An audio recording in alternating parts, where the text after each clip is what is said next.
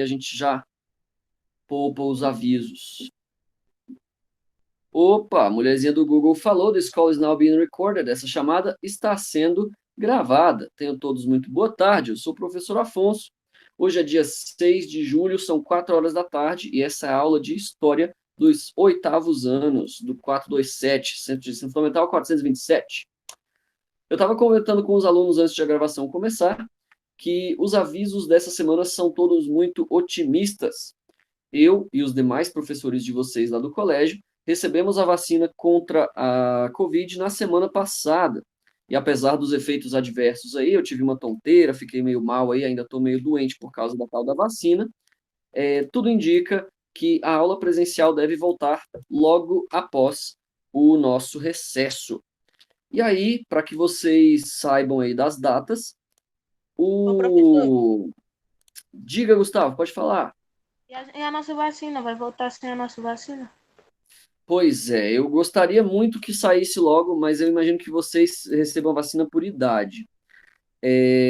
Considerando que pode ser que demore para os alunos receberem a vacina, pode ser necessário o ensino voltar de forma híbrida, para vocês não ficarem tudo amontoado na sala de aula. Então, tipo assim, vamos supor, essa semana metade de vocês ia assistir a aula aqui no Google Meet e a outra metade ia para a sala de aula onde eu ia estar dando aula. Na semana que vem, troca, né? A galera que estava online fica na sala de aula, a galera que estava na sala de aula fica online.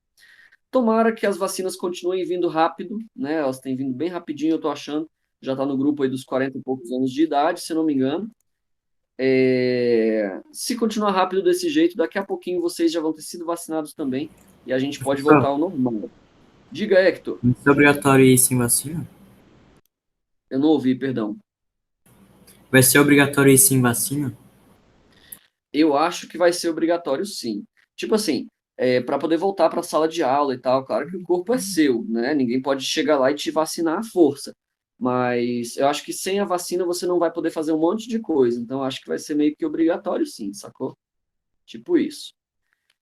Tem muita gente no jornal aí falando que esse negócio de pandemia é o novo normal. Novo normal é o caramba, eu quero minha vida de volta, né? Eu quero que tudo volte ao normal, quero ir dar aula lá para vocês na sala de aula, fazer vocês apresentarem trabalho para mim lá com cartaz, daquele jeito muito doido, zoar vocês, entendeu? Eu não quero ficar online assim para sempre de jeito nenhum. Enfim, o calendário que eu tenho é esse daqui, deixa eu mostrar para vocês. Vocês devem estar vendo aí na apresentação. E ele marca o início do recesso de vocês no dia 17, certo? Isso cai no sábado, né? Dia 17 de julho agora é o início do recesso de vocês, beleza? Isso significa que essa é a nossa última aula ao vivo do segundo bimestre. Eu já estou fechando as notas de vocês. Se você não fez atividade, mocorongo, está perdendo nota, corre lá, faz, porque eu já fecho a nota essa semana. Até sexta-feira a nota de vocês vai estar fechada do segundo bimestre, beleza? Já é metade do ano, cara, não dá mole, presta atenção. E vocês estão vendo aí no meu calendário, eu não sei se esse calendário mudou. A Emily está perguntando se tirou nota boa. Emily, eu tenho 500 alunos mais ou menos, né? São 10 turmas, então eu lamento, mas eu não me lembro exatamente da sua nota. Mas se você está aqui ao vivo e se você fez essas atividades avaliativas, é certeza que você tirou nota boa. Beleza? A galera que tirou nota baixa é só quem não entra na aula ao vivo mesmo, quem não faz as atividades, aí tem uma galera com zero.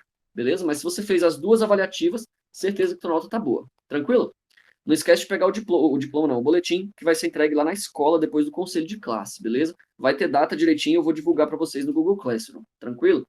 Então, eu não sei se esse calendário que eu estou mostrando para vocês mudou, porque eu recebi ele em janeiro, né? Ele pode ter mudado algumas coisas aí, mas basicamente ele está dizendo que o recesso de vocês começa no dia 17 de julho, ou seja, na semana que vem, no sábado, e vai até o dia 1º de agosto.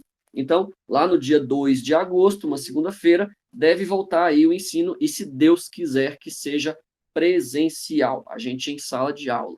Tranquilo, queridos? Então, para nossa última aula ao vivo, diga, Luiz, pode falar.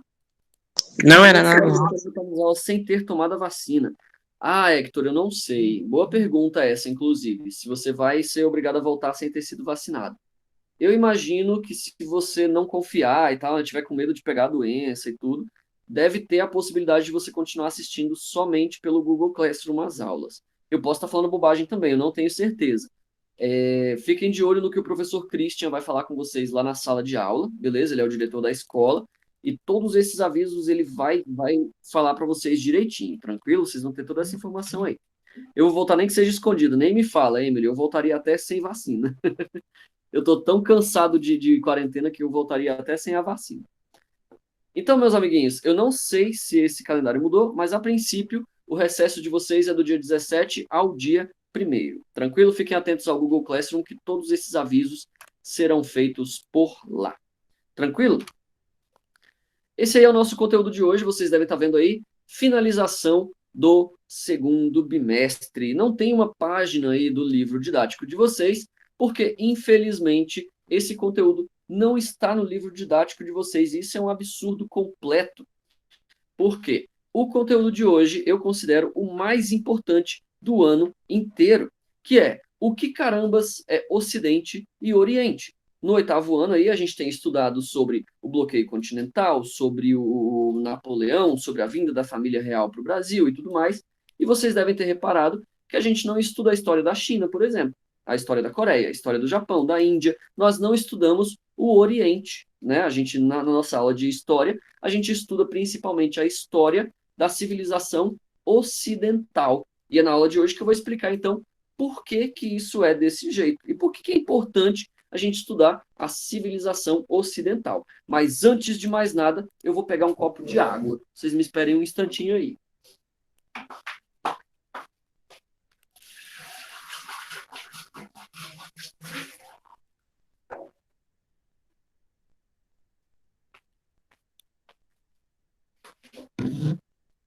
Uma vez eu fui pegar água na aula ao vivo e teve um aluno que falou, professor, ele escutou, né? Professor, você bebe água da torneira.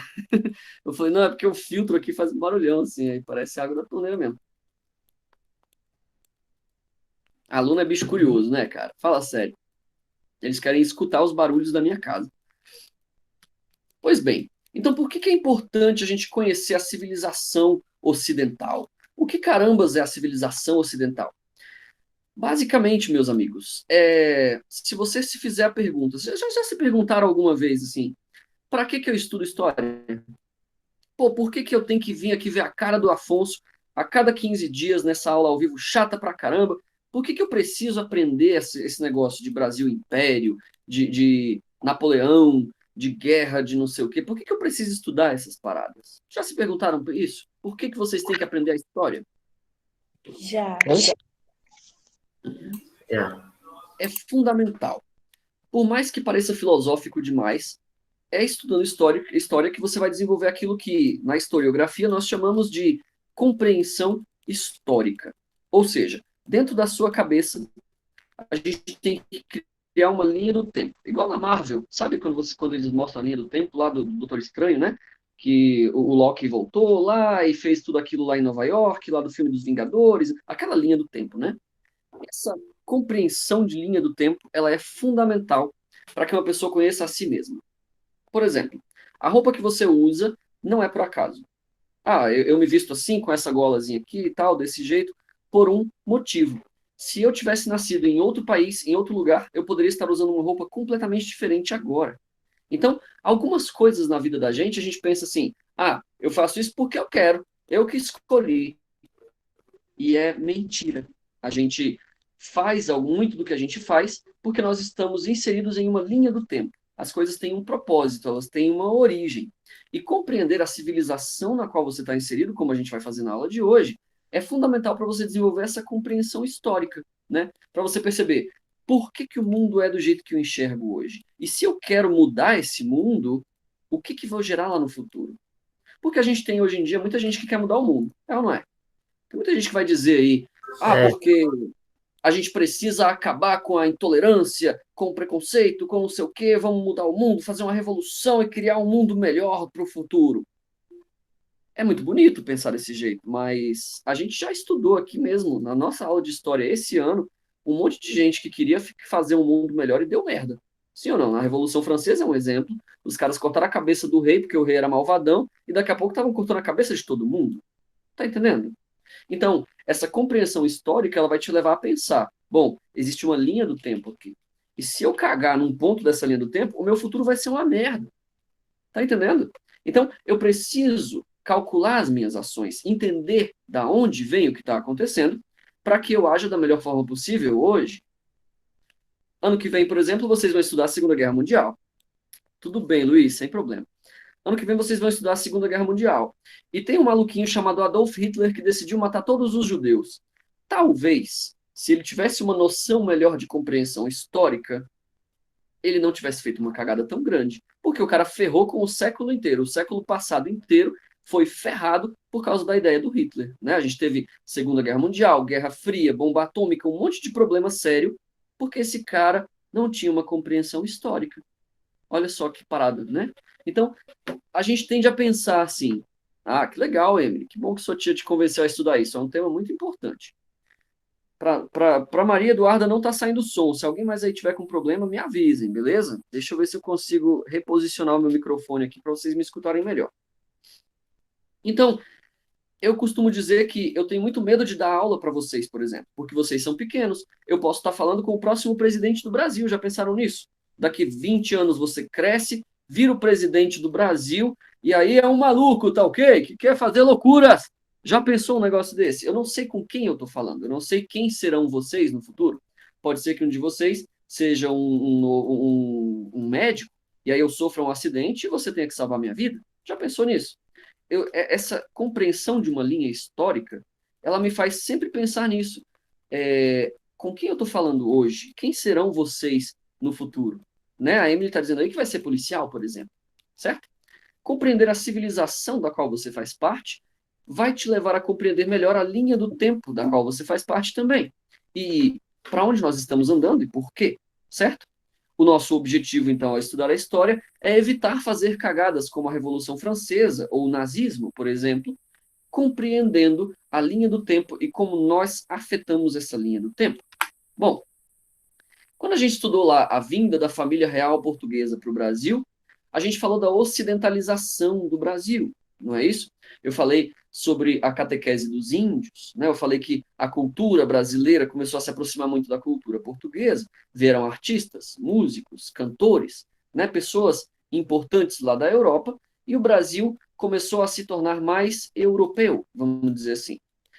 E como eu falei, é comum hoje em dia a gente ver pessoas, principalmente professores, falando assim, isso foi muito ruim, porque as pessoas queriam embranquecer o Brasil, deixar o país mais branco, isso é muito racismo, é muito preconceito, e a gente tem que mudar o mundo e não pode deixar esse racismo acontecer. Calma, calma lá.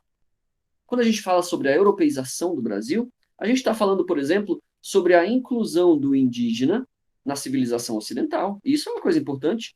O índio ele não tinha inventado a roda, ele não tinha antibióticos, por exemplo. Hoje em dia, se o índio pega gripe, ele não precisa morrer de pneumonia. Ele pode tomar os remédios, o antibiótico, sarar e continuar vivendo. Isso faz bem para o índio. Você está entendendo o que eu estou dizendo? A coisa não é igual uma novela, onde o mal é sempre mal e o bom é sempre bom. Uma civilização, então, como a gente recebeu com a família real aqui no Brasil, igual estudamos na aula passada, ela vai ter características negativas? Sim, houve racismo, preconceito contra os negros escravos e aquela coisa toda. Todas essas tragédias aconteceram, mas também houveram coisas boas desse processo. Tá entendendo? Hoje em dia, nós somos um país muito misturado, nós temos pessoas de todas as etnias no Brasil, e por mais que nós tenhamos casos de racismo no nosso país, se você está acompanhando as notícias dos Estados Unidos, por exemplo, você sabe que isso poderia ser bem pior. Né? Nos Estados Unidos, o Black Lives Matter e toda aquela movimentação que tem acontecido ali, tem pessoas que chamam de guerra racial o que está acontecendo nos Estados Unidos. Então, dá para dizer que na civilização brasileira, né, na nossa cultura brasileira, nossa tolerância é maior com o outro, por exemplo. Tá entendendo? Então, nem tudo é drama, nem tudo é mal na história só porque a gente se acostumou a estudar desse jeito, beleza? Outras colônias pelo mundo afora se tornaram países ocidentais por meio do processo de colonização. Mas o que define o Oriente e o Ocidente? O que é a civilização ocidental que tanta gente quer destruir sem nem compreender de verdade? Né? Vocês já devem ter ouvido falar aí, porque o homem branco, heterossexual, ocidental precisa acabar porque ele é muito racista e não sei o quê. Mas vamos estudar, então, o que é essa civilização ocidental? Porque, afinal, a gente faz parte dela, é ou não é? Antes de tentar decidir se a gente quer destruir ou salvar a civilização ocidental, vamos tentar descobrir, pelo menos, o que ela é? Bom, uma civilização é um conceito bastante profundo, não é algo fácil de se entender. Por quê? A gente pode dizer que uma civilização é um grupo de pessoas que tem características parecidas. Sim ou não? A civilização egípcia, por exemplo, falava a língua dos egípcios, construía as pirâmides e tudo mais, e assim por diante. Só que civilização é mais do que isso. Por quê? Ela vai ter características que unem aquelas pessoas ali de forma muito mais profunda do que uma mera identidade ou um mero comportamento parecido. Por exemplo, a língua que as pessoas falam, a sua religiosidade, as leis que essas pessoas seguem, todas essas características são características que a gente chama de civilizacionais. E você deve perceber que a religião de uma pessoa tem a ver com a forma como ela enxerga o mundo. Sim ou não? Se você é crente, se você é evangélico, cristão aí, você acredita que você precisa aceitar Jesus como seu salvador, viver a sua vida de uma forma positiva, né, ser uma boa pessoa e tudo mais, e aí ir para o céu depois que morrer. Essa visão de mundo, muitas das pessoas no Brasil têm essa visão de mundo. Talvez você tenha um parente que é muito religioso e você vai entender do que eu estou falando. É uma pessoa para quem esse pensamento define a forma dela enxergar o mundo, certo? Esses traços culturais, étnicos, religiosos, todos eles se manifestam ao mesmo tempo na definição de civilização, certo? E o resultado de uma civilização, o resultado quando a gente esclarece esse conceito, é uma identidade profunda, é um comportamento profundo. Tão profundo, de fato, que quando uma civilização tem contato com outra, como quando os índios encontraram os portugueses pela primeira vez, a impressão que eles têm é que estão vendo um alienígena. Eu falei para vocês sobre aquela troca que os portugueses fizeram com os índios quando eles chegaram aqui. O português chega para o índio e dá uma faca de metal para o cara. Aí fala, poxa, o índio foi enganado, né? Porque deu as riquezas naturais do Brasil e em troca só ganhou uma faca. E eu tinha dito para vocês assim, mas você precisa se lembrar que o índio não conhecia a metalurgia ainda. Ele não tinha nem inventado a roda, ele não conhecia derreter ferro, certo? Aquela coisa toda. E as facas dos índios eram feitas de madeira, elas se quebravam com o tempo, né? É feita de pedra, de repente. E aí, o metal, para esse cara, é uma tecnologia alienígena. É igual chegar um alienígena hoje para você e te dar uma arma laser, algo que você ainda não conhecia e que é muito melhor do que o instrumento que você tem hoje em dia, certo? Então, quando uma civilização tem contato com outra, a diferença ela é tão profunda, ela é tão fundamental que a sensação que eles têm é de estar encontrando seres alienígenas mesmo. Tá entendendo? Bom, onde fica o Ocidente hoje? A gente costuma ver muita gente ironizando, falando, por exemplo, que a Austrália, vocês estão vendo aí no mapinha que está na apresentação de vocês, o Ocidente é a parte verde do mundo e o Oriente é a parte vermelha, né? A arma laser deveria ser melhor que cabo de vassoura. Pois é, não é, Rael? Imagina. Se chega um alienígena hoje e te oferece uma arma laser, eu aceitaria, né? Pô, fala sério. Então, no mapinha que vocês estão vendo aí, o Ocidente é a parte verde do mundo, o Oriente é a parte vermelha e a África, a gente vai falar um pouquinho sobre ela especificamente. E aí vocês estão vendo que a Austrália é verde, né? Estão vendo aí a ilha da Austrália, devem ter, não sei como é que está o estudo de geografia de vocês, mas a Austrália é aquela ilhazinha ali onde meu mouse está girando aí na apresentação de vocês. Como é que a Austrália é Ocidente, é Oeste, se ela fica perto do Japão, lá no meio do Oriente, né? Que parada estranha. Pô, então a Austrália, ela é um país ocidental, mas que fica no Oriente. Então esse Ocidente aí é mentira, pô, fala sério, tá de sacanagem. Ocorre que o Ocidente, ele não é apenas geográfico. Nós vivemos no Ocidente, mas esse Ocidente não é uma distribuição apenas de terra. A gente está falando sobre formas de enxergar o mundo. Muitos argumentam que a Austrália é localizada no Oriente geográfico, mas essa divisão ela é civilizacional. Quer dizer que as pessoas que vivem nas partes verdes do mundo têm formas muito parecidas de enxergar o mundo. Tá entendendo? Nós vamos estudar isso daqui a pouco, quais são as formas de enxergar o mundo. Mas, professor, por que a África é branca?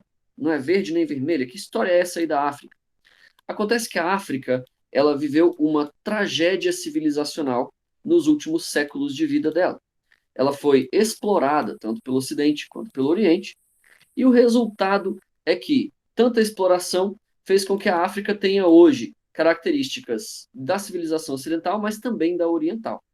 Tem países na África em que se fala línguas europeias, como o português em Moçambique, por exemplo. Lá no país, né, em Moçambique, fala-se a língua portuguesa. Se você brasileiro for visitar lá, você pode conversar normalmente com as pessoas que elas vão te entender. Talvez tenha um sotaque estranho, mas elas vão entender você. Só que outras características são diferentes. Por exemplo, você vai ter países na África que são muçulmanos, né, que seguem o Islã, não é cristão, por exemplo, igual eu falei agora há pouco. Ou então, países africanos que têm culturas muito diferentes da nossa, apesar de falarem a nossa língua. Então, a África é um caso à parte, porque a colonização da África foi muito recente. Até pouco tempo atrás, esses países eles ainda eram colônias de outros. Então, a África ela é meio dividida entre civilização ocidental e oriental. Então, a gente costuma falar muito que as civilizações africanas, a civilização africana, ela tem características, hoje em dia, no século XXI, das duas grandes civilizações, Oeste e Leste. Beleza, queridos? Então, a Beleza. África é branca aí no mapa, porque atualmente ela não se enquadra. Não se enquadra nenhum nem em outro. Pois muito bem. Quais são as características da civilização ocidental, então? Quem somos nós? Por que a gente faz o que a gente faz? Por que a gente enxerga o mundo do jeito que a gente enxerga o mundo? Igual eu falei da roupa. Por que a gente se veste do jeito que a gente se veste? Não é? Para que um país seja hoje considerado ocidental, ou seja, parte da nossa civilização ocidental, ele precisa estar mais ou menos alinhado com três principais características. Essas três características são os que a gente chama de os pilares da civilização ocidental. E esses três pilares estão representados aí na apresentação de vocês pelas três fotografias que vocês estão vendo. Pode parecer loucura, mas hoje em dia a gente tem mais ou menos a mesma cabeça, a mesma visão de mundo que o imperador romano, lá no Império Romano, na época de Cristo, tinha. Sabiam disso? Dá para acreditar nisso? Como assim, professor? A gente pensa igual a 2000 anos atrás. Isso é mentira. 2000 anos atrás não tinha funk, por exemplo. Hoje em dia a gente escuta funk. Olha aí que diferença grande, né? Do Brasil para o Império Romano. A gente é muito diferente. Preste atenção. O primeiro dos três pilares, que eu coloquei aí para vocês, é a filosofia grega. E eu vou provar para você que você ainda pensa igualzinho Platão e nunca percebeu isso. Platão ele foi um grego que viveu antes de Jesus Cristo, há mais de 2000 anos atrás, e ele dizia o seguinte: existe um mundo das ideias, que é um mundo, mais ou menos como o nosso, habitado apenas por ideias puras. Como assim? Quando você pega uma fruta e põe na boca, e essa fruta tem o gosto doce, como é que você sabe se ela é muito doce ou pouco doce? Por exemplo, o que é mais doce? Uma laranja ou uma jaca, por exemplo? Você vai experimentar as duas e vai falar, bom, essa laranja bem madurinha aqui, ela é mais doce do que a jaca, que está meio amarga aqui, sei lá, está meio verde. Platão diz o seguinte, lá dentro da sua mente existe a ideia doce. Isso aqui é doce, beleza? É a ideia de doce, está lá dentro da sua cabeça. Quando você come um pouquinho da laranja, ela está muito perto ali do que você entende como sendo doce. Mas a jaca, que é meio amarga, fica um pouco mais longe, ela não é tão doce quanto a laranja. Então, na sua cabeça, você está comparando com a ideia de doce o gosto da laranja e o gosto da jaca. Quem se aproximar mais da ideia de doce é mais doce do que o outro. Faz sentido para vocês? Isso tudo é filosofia platônica. Um outro exemplo interessante, beleza. Você olha para uma pessoa na rua e fala, caramba, que pessoa bonita. Platão vai dizer o seguinte, existe na sua cabeça a ideia de beleza, seria a pessoa perfeita, a beleza ideal, a beleza perfeita. Quem chegar mais perto dessa beleza perfeita, você vai considerar mais bonito. E a pessoa que não chegar tão perto assim dessa ideia é a pessoa mais feia. Mas na sua cabeça, o máximo possível, a perfeição, é o que Platão chama de a ideia, ou o arquétipo de beleza. E até hoje, 2021, a gente ainda pensa desse mesmo jeito. E isso é incrível. Porque quando eu ouço funk, por exemplo, na minha cabeça existe a ideia de música boa. E o funk fica lá embaixo da terra, assim, bem distante. E aí eu penso, nossa, que bosta, esse funk nem é música, tá ligado? Por quê? Na minha cabeça, a ideia música é completamente diferente daquilo que é apresentado como música quando um funkeiro canta, por exemplo. E isso tudo foi explicado por Platão há mais de 2000 anos atrás. E até hoje a gente pensa igual ao cara. Um outro exemplo interessante é o nosso segundo pilar da civilização ocidental, que são as nossas leis. Daqui vocês devem ter aí seus 14 anos, eu imagino, né? 14 para 15 anos aí. E daqui uns 4 anos vocês vão fazer 18. Com 18 anos, a lei diz aí, ó, tá, a Emily tá dizendo que tem 13, muito bem, falta pouco, Emily, tá chegando lá. A lei brasileira diz que quando você chegar aos 18 anos, você será um adulto, poderá trabalhar, vai poder ter o seu dinheiro, não é mais obrigado a morar com seus pais, né, obedecer os seus pais, vai poder viver a sua vida como um adulto, né? Interessante que nos Estados Unidos é mais ou menos a mesma coisa, no Canadá também, na França, na Alemanha. Nesses países ocidentais, de um modo geral, quando você faz 18 anos, ou 21, mais ou menos ali perto dos 18, você é considerado um adulto. Mas vocês sabiam que existem lugares no mundo onde isso é diferente? Essa lei ela não é universal. Por exemplo, se você nasce num país muçulmano, islâmico, e você for uma mulher e tiver 14 anos de idade apenas, pode chegar um cara e pedir para se casar com você. Aí você se casa e você é considerado adulto. Você vai poder ter filhos, cuidar do lar e tudo mais com 14 anos. Casado, como um adulto. Olha só que parada sinistra, né?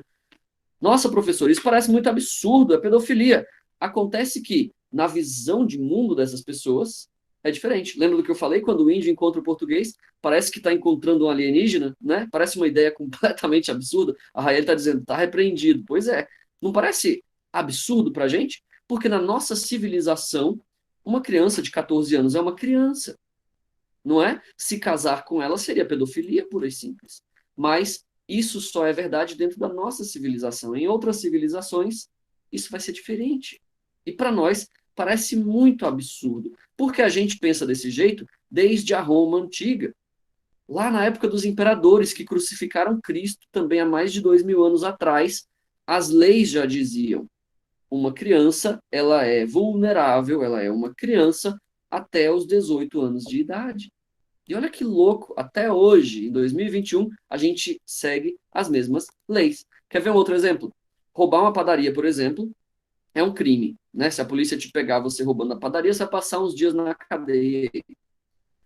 Porém, se você fizer igual o Lázaro aí, matar um monte de gente, passar 20 dias se escondendo no meio do mato e tal, a polícia vai atirar em você e pode te matar, ou você vai passar muitos anos dentro da cadeia. Vocês percebem que tem um crime maior que o outro? Tem um crime mais grave do que o outro? A nossa lei romana, ela diz isso desde o Império Romano. Ainda lá no Império Romano, há 2000 anos atrás, os legisladores diziam: roubar é um problema, mas matar é um problema maior. Tá entendendo? Existem lugares, por exemplo, em que essa lei vai ser diferente. Como eu estava falando, em outras civilizações. Se você tiver, sei lá, na Rússia ou em algum lugar onde a lei é muito diferente da nossa lei ocidental, podem haver casos em que um roubo seja mais grave, sei lá, seja um crime mais grave do que um assassinato. Tá entendendo? Isso pode existir, sim. Por quê? A lei romana, a gente está acostumado com ela, mas ela é um pilar da nossa civilização. E o terceiro grande pilar civilizacional do Ocidente é a religiosidade judaico-cristã. Ah, professor, mas eu não sou evangélico e nem católico, eu não sou cristão, eu sou budista. Beleza, mas você ainda tem que obedecer seu pai e sua mãe, sim ou não? Se você não obedecer seu pai e sua mãe, você vai apanhar em casa, mesmo se você for budista. É ou não é verdade? E é É, por quê? Ah, É, professor, por que eu tenho que obedecer minha mãe? Porque está na Bíblia, meu filho. Vai honrar pai e mãe. Você está entendendo? Por mais que você, individualmente, não escolha seguir essa tradição cristã, você não queira ser cristão, por exemplo, você é parte da civilização ocidental. E na civilização ocidental, a religiosidade é judaico-cristã. Então a gente obedece aos nossos pais e nossas mães e respeitamos eles acima de qualquer outra pessoa. O presidente da República pode mandar você usar uma roupa verde. Se a sua mãe te proibir, você vai usar roupa amarela, você não vai usar roupa verde. Você obedece primeiro a sua mãe do que o presidente da República. Tá entendendo? Porque a nossa civilização, ela é judaico-cristã. E a religião judaico-cristã, ela fala muito sobre isso, de pai e mãe, de honrar pai e mãe e assim por diante. Aqueles 10 mandamentos de Moisés, né? Não matarás, não roubarás, não sei o que lá. Essas, essas coisas dos 10 mandamentos aí, mesmo quem não siga a religião, precisa obedecer esses 10 mandamentos, até porque a maioria deles é um crime na nossa civilização, né? Matar, roubar, não sei o que e tal, igual diz nos 10 mandamentos, a maioria deles é crime, porque a nossa civilização segue essa religiosidade. Tá entendendo como é louco isso? Mesmo sem você perceber, você imita esse comportamento. Você ainda se comporta como os primeiros cristãos lá, o apóstolo Paulo se comportava. Por quê? Você ainda segue a filosofia grega, segue as leis romanas e a religiosidade judaico-cristã, mesmo 2000 anos depois dessa parada ter acontecido. Olha que louco. E aí, é disso que você faz parte. Tá entendendo? Então, quando uma pessoa fala assim, a civilização ocidental judaico-cristã é muito racista, a gente precisa acabar com ela. Peraí, como é que eu vou acabar com a ideia de beleza que eu uso quando eu chamo uma pessoa de feia na rua, por exemplo? É muito difícil acabar com isso, você está entendendo? É muito difícil mudar o mundo, vamos dizer assim, porque a gente fundamentalmente é construído dentro dessa civilização. E claro, no Oriente esses fundamentos são completamente diferentes. As principais características das civilizações orientais, elas são muito diferentes das nossas e incluem semelhanças filosóficas, religiosas, políticas, assim como aqui no Ocidente. Só que são bases totalmente diferentes. Eu dei o exemplo para vocês da menina de 14 anos que pode se casar em certos países islâmicos, né? Isso já pareceu bastante absurdo. E a filosofia deles também é diferente. Esses caras não seguem os gregos. No Japão, por exemplo, a filosofia principal, a principal corrente filosófica, ela não é grega. Esses caras não seguem a ideia de Platão, né, de beleza, e a gente compara a pessoa. Eles não seguem isso. Eles seguem a filosofia confucionista, que foi criada por Confúcio, esse cara que vocês estão vendo a estátua dele aí. E o Confúcio, ele era um cara que ele criou a filosofia deles, que eles seguem muito no Oriente hoje em dia, com base na tradição, na herança, naquilo que você herda dos seus antepassados, né? Vocês sabem que se você assiste um desenho japonês ou um seriado coreano, vocês percebem que essas pessoas eles são muito tradicionais, né? Ele tá ali de terno e gravata, mas vai chegar um dia de uma festa lá, no ano em que ele vai usar uma roupa que é a mesma roupa há 2, 3 mil anos atrás. É ou não é? Lá no Japão eles chamam de kimono essa roupa, né? Então vai ter uma festa que o cara vai ter que usar aquela roupa que é tipo milenar, tá entendendo? Porque a filosofia deles se fundamenta nisso. Eles dizem, aquilo que a gente herda é quem a gente é. Então o padrão de estética deles vai ser diferente. Como eu falei, eles não vão ter a filosofia platônica do mundo das ideias, eles vão pensar de uma forma completamente diferente. Você já viu, por exemplo, um japonês casar com alguém que não é japonês? Já viu que todo japonês sempre casa com outro japonês? Não é incrível um negócio desse? Para observar, para você ver os casais que você conhece que tem japonês no meio. Se um é japonês, o outro também é, geralmente.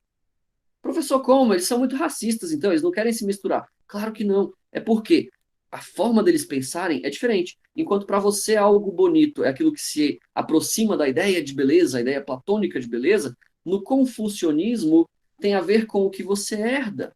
Então, bonito para um japonês é aquilo que se pareça com os antepassados dele. Ele vai olhar alguém que se pareça com os avós, com os pais, com os bisavós, e quanto mais parecido for, quanto mais próximo for da herança dele, conforme o confucionismo ensina, mais bonito ele vai achar aquela pessoa. É a filosofia do cara, ele não tem culpa, ele não escolheu pensar desse jeito, ele faz parte de uma civilização cuja filosofia funciona dessa forma.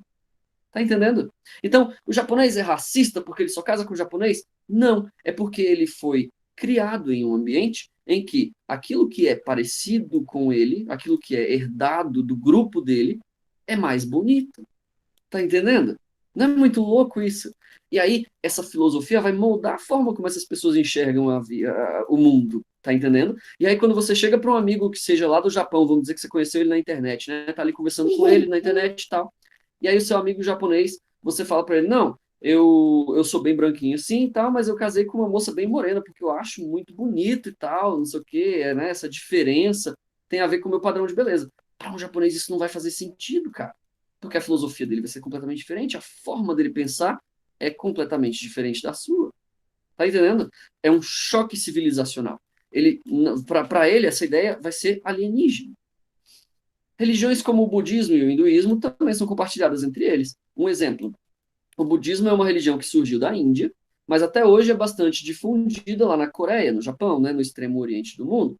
E aí essa religião vai dizer que, dependendo das suas ações, você pode renascer em outras vidas tendo problemas, né, tipo de saúde, ter que pagar um karma ali, uma maldade que você fez nessa vida. Para um cristão católico, isso não faz sentido. Quando você morre, se você aceitou Jesus e foi uma boa pessoa, né, seguiu as leis e tal, cristãs, você vai para o céu ou para o inferno, dependendo de como você se comportou. É isso, né? No budismo, não. Isso vai ser diferente, essa visão de mundo vai ser diferente, né? E essas pessoas vão se comportar de acordo com essa visão de mundo. Então, é comum, por exemplo, a crença de que, sei lá, eu preciso ir de vez em quando num templo budista, escrever um negócio no papelzinho, amarrar ali para na próxima vida eu nascer rico. Olha que parada bizarra. Dependendo da sua religião, você vai olhar para isso e vai pensar, nossa, esse cara é um alienígena, ele tem uma cabeça toda do avesso, ele entende o mundo todo diferente. Tá entendendo? Porque a religiosidade dele é outra. Assim como eu falei que a gente é treinado, a gente é criado civilizacionalmente para respeitar pai e mãe, eles são criados lá civilizacionalmente desde que nascem para se preocupar com a próxima encarnação. Olha que loucura, né? Então, essas civilizações, elas são muito diferentes. Daí que quando a gente fala, estuda coisas como a presença da família imperial, a família real portuguesa aqui no Brasil, a gente tem que entender essa questão de choque civilizacional, mas também precisa entender que essa oportunidade que os nativos daqui tiveram, ela precisa ser valorizada, como eu falei no início. O indígena agora tem penicilina, tem antibióticos, ele não precisa morrer de pneumonia, e isso é graças aos avanços de uma civilização com a qual ele teve contato. Então, essa interação entre diferentes civilizações, apesar de nem sempre ser pacífica, ela é necessária.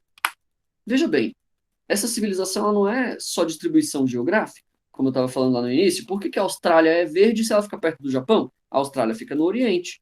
Ocorre que as pessoas lá têm valores civilizacionais ocidentais. Eles são cristãos, têm filosofia grega e seguem leis romanas. O Ocidente e o Oriente, eles não são definidos pela posição geográfica. Onde o país está no mapa não define qual a civilização desse país hoje em dia. Talvez lá na antiguidade, mas hoje em dia não é mais assim. A tradição civilizacional deles é que vai dizer como eles enxergam o mundo. Na América, por exemplo, depois das grandes navegações, as civilizações indígenas foram conquistadas pelos europeus ocidentais. E como eu falei para vocês, isso teve aspectos ruins, mas também teve aspectos bons. Aspecto ruim é que perdeu-se muito da cultura indígena, não é? A gente não conhece muito da religião dos índios hoje em dia, porque a maioria deles foi catequizada, foi cristianizada. Mas, por outro lado, esse índio agora pode usar havaianas, pode assistir TV a cabo, pode usar antibióticos, ele pode trabalhar, fazer uma faculdade, ganhar muito dinheiro. Então, para o índio, algumas coisas melhoraram, mas outras pioraram, porque o choque civilizacional, ele nunca é só positivo nem só negativo. Tá entendendo? Do mesmo modo, parecido com o que aconteceu aqui no Brasil, lá na Austrália, vocês estão vendo aí as duas fotos, né, de australianos colonizadores, descendentes de ingleses, e no sul aí, aborígenes, ou seja, indígenas lá da Austrália, com a pele bem morena e tal, são os nativos australianos, né? Eles podem ser considerados países ocidentais, mesmo estando localizados no Oriente Geográfico. E vocês podem reparar que apesar dessas pessoas da foto aí serem aborígenes, serem nativas, eles estão usando tecido, eles estão com o cabelo cortadinho no estilo mais ocidental, eles são pessoas ocidentais, basicamente. Beleza? Graças ao processo de colonização lá da Austrália. É por isso, então, que a gente fala na América portuguesa. Porque, apesar de nós estarmos na América, no continente americano, nós, o Brasil, somos de cultura portuguesa. Você vê, a nossa língua é portuguesa, a nossa literatura inclui muitos escritores que vieram de Portugal, como Camões, tá entendendo? E a nossa cultura, nossa vestimenta, nossa arquitetura, quem aí tiver tido a oportunidade de visitar a cidade de Salvador sabe do que eu estou falando. Parece que você está numa cidade de Portugal, porque aquelas casas antigas, aquele estilo português, se manteve na cidade. Tendo sido colonizados pelos portugueses, nós somos considerados hoje em dia uma nação ocidental. Então, na internet, se alguém falar para vocês, geralmente gringo é preconceituoso, né? Eles perguntam lá em inglês nos joguinhos, né? Você tá jogando Free Fire, sei lá, no servidor americano, e aí o gringo pergunta lá, where are you from? Da onde você é e tal. E aí você escreve, você fala, não, eu sou do Brasil, né? Aí o cara fala, o quê? Do Brasil? Eu achei que o Brasil fosse só floresta e tudo mais. Você pode responder, o Brasil é uma nação ocidental. Nós falamos uma língua europeia, seguimos a religiosidade europeia, judaico-cristã, né? Nós seguimos a filosofia da Grécia, na Europa. As nossas leis vieram, sim, de Roma, que também é na Europa. Nós somos basicamente uma civilização europeia, de origem europeia. Nós somos da América portuguesa, beleza? Apesar de termos, sim, valorizarmos muito os nossos indígenas, nossa civilização é ocidental, certo? Além disso, a gente abriga a capital portuguesa, né, do Império Português, durante a família real por aqui. Isso colocou no Brasil uma noção de status diante da América Latina. Se você comparar o Brasil hoje com países como Venezuela, como o Peru, a aula acaba que horas? A Emily está perguntando. Daqui 15 minutinhos, mais ou menos, Emily. Só que eu acho que eu acabo o conteúdo antes. Teoricamente, às 5. Mas eu acho que eu devo acabar antes, porque é rapidinho hoje. O Brasil ele teve um status de proeminência, né, na América Latina. Até hoje nós somos o país mais desenvolvido da América Latina. Nós somos mais ricos do que o Chile, a Argentina, o Peru, certo? E essa riqueza, ela não é só, não é uma riqueza só financeira. A gente não tem só mais dinheiro do que esses caras. Nós temos características civilizacionais diferentes das desses caras. Nós meio que fomos mais civilizados do que eles, porque o rei do nosso império viveu aqui. O rei da Espanha nunca viveu no Peru, por exemplo, nem no Chile. Agora, o rei de Portugal já viveu no Brasil. Tá entendendo? Essa característica de pensamento deu desde cedo para o pensamento brasileiro uma identidade própria. Falou, não, a gente não precisa de Portugal. A gente fala a língua deles, mas o português brasileiro é muito diferente do português de Portugal. A gente tem essa identidade própria. Ao passo que o latino do Peru, por exemplo, ele tem uma identidade ali própria, mas ela é meio que uma identidade difusa. Um peruano, ele se vê como muito parecido a um argentino. Eles são muito parecidos. Tá entendendo? Porque eles tiveram menos oportunidades civilizacionais, vamos dizer assim, de desenvolver essa característica própria que nós tivemos com a família real portuguesa aqui no Brasil. Tá entendendo? É por isso que é importante a gente entender essa linha do tempo que a gente tem estudado. Por que eu preciso estudar, professor? O diacho do Napoleão, que dominou a Europa, e aí o rei de Portugal fugiu para cá. Porque é graças a isso que nós do Brasil hoje temos esse senso de independência. Nós não somos portugueses, temos uma cultura herdada, mas somos brasileiros. Tá entendendo? Nós somos culturalmente muito únicos, muito diferentes do resto do mundo. Nós somos brasileiros, certo? Essa linha do tempo, compreender isso, é necessário antes de querer mudar isso. Então, quando você observa uma realidade que você não concorda, por exemplo, preconceito racial, racismo, né? É algo que precisa mudar, precisa acabar. Sim ou não? Mas quando a gente vai mudar o mundo, a gente precisa ser responsável. Eu preciso compreender por que o racismo existe hoje da forma como ele existe no Brasil. Qual a melhor forma de combatê-lo? Sem gerar cagadas no futuro, porque eu faço parte de uma linha do tempo. Eu faço parte de uma civilização que passou por um processo para chegar até aqui. Então, esse processo precisa ser feito com cuidado, com responsabilidade, afinal, é a minha civilização. Tá entendendo?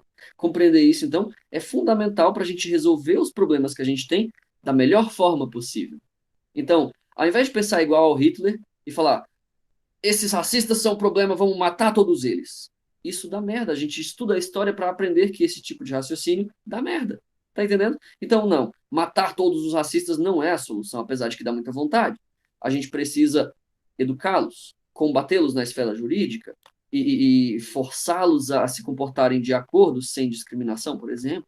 E assim, devagarinho, a gente não comete um novo holocausto e, ao mesmo tempo, resolve o problema do racismo. Então, a nossa civilização ela vai poder evoluir. Tá entendendo isso? É assim que o processo precisa acontecer. E por que você está falando tanto disso, professor, de racismo, desse tipo de coisa? Porque quando a gente estuda história, e nos anos próximos aí que vão vir, no ensino médio principalmente, vocês vão ver algo muito comum. Até no livro didático de vocês é muito comum ver esse ponto de vista, de que os colonizadores são os vilões. O português que veio aqui no Brasil e obrigou o índio e tal, ele é o vilão da história. Olha lá na imagem aí, ó, que português malvadão, obrigando o índio a rezar a missa. Que português malcriado, que coisa feia, português racista que não gosta de índio, fica querendo converter o índio à força. Isso tudo é opinião, não é história. Por exemplo, se o índio não se convertesse, ele poderia ser escravizado. Um cristão não escravizava outro cristão. Porque no Brasil, por exemplo, a escravidão acabou caindo sobre os negros, mas não sobre os indígenas. Porque os indígenas foram catequizados. Tá entendendo? Então, quando você vê num primeiro momento, parece que a gente está desrespeitando o índio, obrigando ele a ser cristão. Mas, por outro lado, incluí-lo na nossa sociedade pode ter aspectos positivos para ele, no fim das contas. Tá entendendo? Difundindo para os povos conquistados essa religiosidade judaico-cristã, o papel dos jesuítas, que são esses padres que vocês estão vendo aí na imagem, por exemplo, era expandir a civilização ocidental. Para esses catequizados, ser incluído na nossa civilização poderia ser uma oportunidade. O índio poderia ter algo a ganhar com isso. Por exemplo, a metalurgia. O índio, como eu falei, não conhecia, né, ferramentas de metal, então era uma oportunidade. Opa, a gente pode aprender a fazer ferramentas melhores. Vamos aprender a fazer aqui armas mais eficientes, já que a gente está sempre em guerra contra outras populações indígenas, a gente precisa sobreviver, caçar, né? Com o metal, além de uma faca, eu posso fazer uma enxada. Com a enxada, eu consigo cavar melhor o chão e daqui a pouco eu consigo plantar mais mandioca. Eu consigo ter mais comida para minha tribo. Com mais comida, a gente vai viver melhor. Então, tudo isso pode ser visto como oportunidade. O colonizador, ele nem sempre é, então, um vilão. A gente ouve até aquela música lá do Legião Urbana, quando estuda os índios, né? Tem uma música do Legião Urbana chamada Índios. E aí, o Renato Russo, ele canta lá no Legião Urbana, né? Nos deram espelhos e vimos um mundo doente. Só que ele está olhando o colonizador como um vilão. Você precisa ter em mente que o índio nunca tinha visto um espelho na vida. Agora ele poderia ver os próprios dentes e perceber, caramba, eu tenho um dente aqui que está com problema, eu preciso chamar o pajé para ele limpar meu dente para eu poder sarar. Talvez sem o espelho ele nunca tivesse tido esse diagnóstico. Tá entendendo? Então, é uma opinião fácil essa de enxergar o colonizador como um vilão. Agora, é necessário raciocinar um pouco mais para perceber que os índios ganharam coisas com portugueses e os portugueses ganharam coisas com os índios. Vocês sabiam disso? Vocês tomaram banho hoje? Eu sei que essa pergunta é estranha. Como assim, professor? Sim. Eu tô... Ah, que bom, né, Raia? Estamos cheirosos, coisa boa. Graças aos índios. Os portugueses não tinham o hábito de tomar banho todos os dias. O indígena brasileiro, todos os dias, se lavava, porque o Brasil era um lugar muito mais quente, né? Terra tropical e tudo mais. E os portugueses aprenderam isso. Falaram, pô, olha só, quando eu tomo banho todo dia, eu tenho menos piolho na cabeça. Eu tenho menos impinge na pele, menos problema de pele, menos doenças. Então, tomar banho todos os dias é mais saudável. Tá percebendo? O índio não só perdeu e o português também ganhou coisa. Nós aprendemos coisas com os índios. Algum de vocês gosta de tapioca, por exemplo? Ah, essas coisas feitas de mandioca que são muito nutritivas? Graças aos índios, como eu falei Eu para vocês. gosto. Não é coisa boa? Então, os índios é que foram responsáveis por domesticar a mandioca. A mandioca era venenosa antes dos índios, vocês sabiam disso? A gente não pode comer a folha da mandioca, por exemplo, ela é venenosa. Só que o índio domesticou a mandioca até tornar ela comestível, igual a Dilma falou lá, né? Vamos saudar a mandioca, né? Porque foi um processo mesmo de bioengenharia que os índios tiveram que fazer para conseguir comer a mandioca. E aí, até hoje, a gente adquiriu isso dos índios. No Brasil, é o único lugar do mundo onde se come tapioca. Sabiam disso? Se você for na Europa, se você for no Japão, nos Estados Unidos ou no Canadá, você não vai achar tapioca em lugar nenhum. Só tem aqui porque a gente aprendeu isso com os nossos índios. É uma troca de conhecimentos entre civilizações. E isso é mágico, porque é isso que nos torna brasileiros. A gente tem um pouquinho de índio. Todos os dias, quando você toma o seu banho, a gente aprendeu isso com o índio. Tá entendendo? Isso é nosso, é nossa característica. Até hoje você vai ter países aí onde não se toma banho todo dia. Pois é. Tipo, na Alemanha, sei lá, não se toma banho todos os dias. Graças a Deus eu nasci no Brasil, posso ficar cheiroso em paz. É ou não é? E claro, como eu falei para vocês, teve um tempo que eu até enjoei. Enjoei de tomar banho. É muito fácil a gente enxergar o ocidental como o vilão da história, porque ele saiu colonizando, os portugueses malvadões saíram escravizando os africanos e tudo mais. Ocorre que a Europa não é o único que conquista, né? Ah, de comer beiju. Entendi, legal. Eu como todo dia se deixar também, é muito bom. Do mesmo modo como os europeus conquistavam novas terras, igual os portugueses conquistaram aqui o Brasil, essas conquistas também aconteciam no Oriente. Eu coloquei para vocês compararem aí caracteres, né? São palavras escritas em 3 línguas diferentes. Em chinês, depois as mesmas palavras escritas em japonês, e por último as mesmas palavras escritas em kanjis coreanos. E vocês vão reparar que existem semelhanças. Se você tiver no computador aí, acho que até pelo celular deve estar dando para enxergar, essas palavras são escritas de formas muito parecidas, esses kanjis são parecidos. Por que será? Por que será que o kanji que significa amor em japonês é o mesmo símbolo exatamente igual a amor em chinês e também a amor em coreano, igualzinho, o mesmo kanji? Por que será? Porque os chineses já colonizaram os japoneses no passado, assim como os portugueses nos colonizaram. Os japoneses já colonizaram a Coreia no passado, da mesma forma como a Espanha colonizou o Peru, por exemplo. Então, os europeus não são os únicos. Quando a gente fala, a escravidão era muito cruel porque o branco escravizava o negro e o branco é muito malvadão por causa disso. Chineses escravizaram japoneses. Árabes escravizaram outros árabes. E assim por diante. Infelizmente, essas tragédias não são exclusividade das nações ocidentais, da civilização ocidental. Tá entendendo? O alfabeto chinês deu origem à escrita coreana, por exemplo. E o budismo, que é uma religião que surgiu na Índia, é praticado até hoje pelo Japão, porque os imperadores japoneses obrigavam as pessoas a abandonar a religião nativa do Japão, que era o shintoísmo, e a adotar o budismo, que é a religião vinda da Índia. Olha que louco isso. Então, essa colonização, ela não é só o Ocidente que faz, beleza? Quando a gente pensar, só o branco é racista. Falso, beleza? Falso. Infelizmente, racismo e dominação e colonização são tragédias que ocorreram no mundo inteiro, inclusive nas nações orientais. O mundo islâmico hoje em dia, por exemplo, os países que seguem a fé islâmica continuam se expandindo pela África. Vocês estão vendo aí na imagem uma mulher africana usando a cobertura da cabeça aí, o hijab, que é uma característica da Arábia, por exemplo. Então a gente pode dizer que a Arábia está expandindo sua cultura pelo continente africano? Sim, está. Nós temos vários países na África hoje que são muçulmanos. E isso pode sim ser considerado um neocolonialismo. Tá entendendo? Então, só o branco é racista, professor? Não. Beleza? No mundo inteiro, infelizmente, esse tipo de comportamento de dominação foi constante. E é necessário compreender isso para que a gente possa melhorar isso, para que a gente possa corrigir isso.